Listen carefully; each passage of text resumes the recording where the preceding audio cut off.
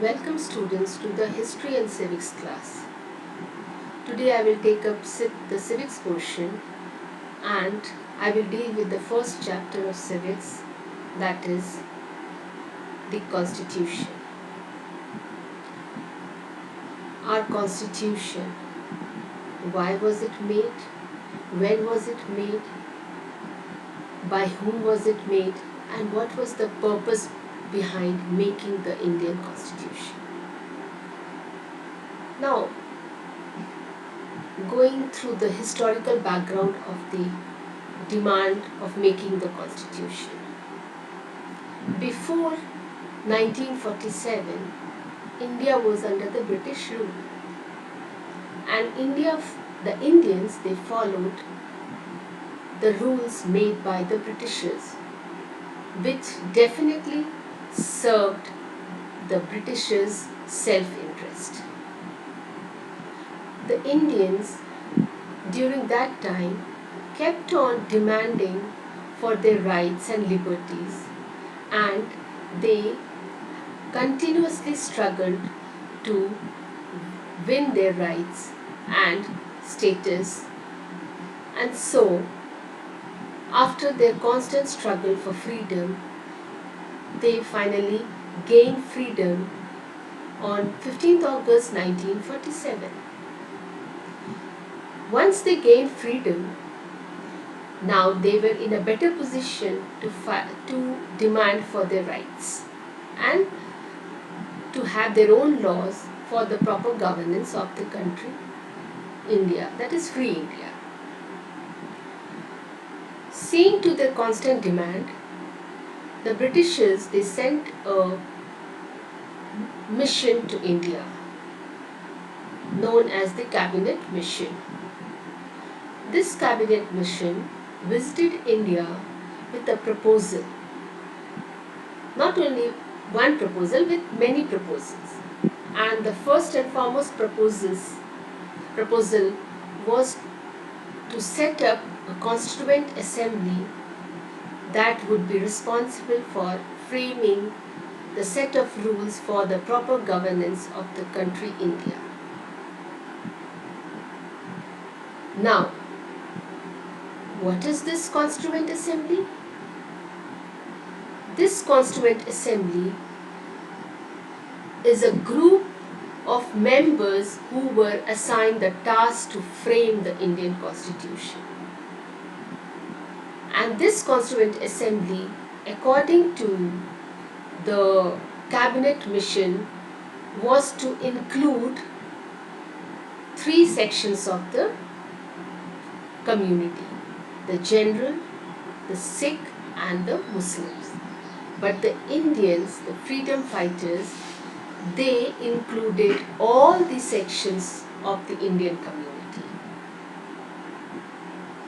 Now, on December 9th, 1946, the Constituent Assembly was framed, or it was made. Who all represented this Constituent Assembly? People from various communities in India represented this Constituent Assembly. They were from the Sikh community, they were from the Christian community, from the Anglo-Indian community, from the scheduled caste and scheduled tribe community, from the general community, etc. In the original strength of the Constituent Assembly was 385, out of which some were elected and some were nominated by the princely states. Princely states means the states which were ruled by the kings, and other states were directly ruled by the Britishers. Now, 93 members, they were nominated and 292 members were elected. Once the Constituent Assembly was made, the members of the Muslim League, they boycotted this Constituent Assembly because they demanded for a separate state, that is Pakistan.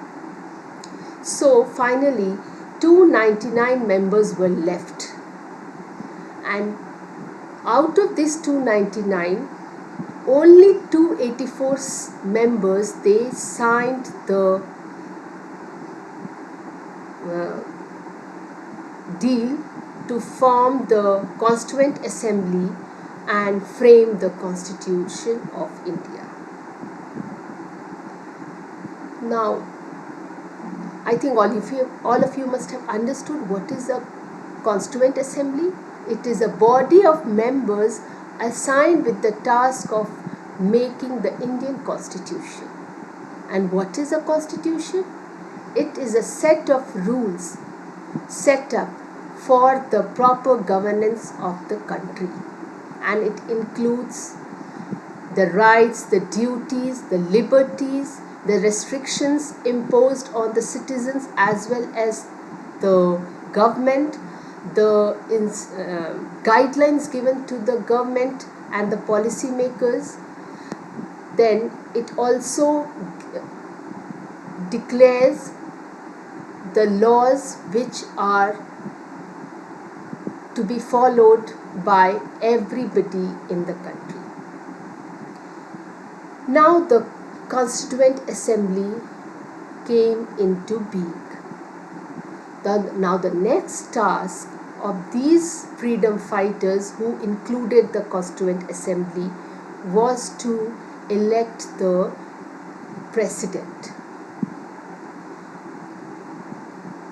Originally, the oldest member among these freedom fighters was declared as the president. He was Dr. Sachidanand Sinha. Then, once the Constituent Assembly when it came into being, then they unanimously elected Dr. Rajendra Prasad as its president. So, children, now you all know that the chairman of the Constituent Assembly, the first president of the Constituent Assembly was Dr. Sachidanand Sinha, and then Dr. Rajendra Prasad, he became the president of the Constituent Assembly through election. Next we come to the objective resolution which was passed once the Constituent Assembly came into being.